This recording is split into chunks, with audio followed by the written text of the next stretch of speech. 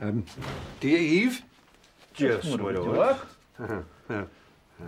That was a very exciting day. We were looking forward to it immensely, and when he came and said he was the same as any of us, but you'd know by how professional he was that he was well used to cameras and acting. He came up to the counter and introduced himself, not that he had to myself and Jim McInnes at the counter.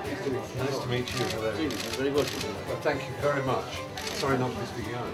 And we talked about hurling, we talked about rugby, we talked about Norwich City, and that all happened within a minute.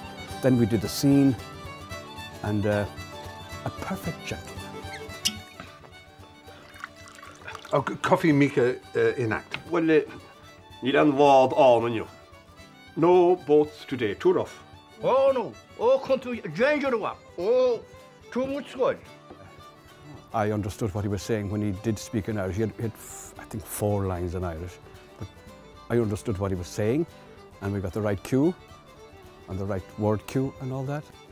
Gura ma argut, argus, slong, gafail.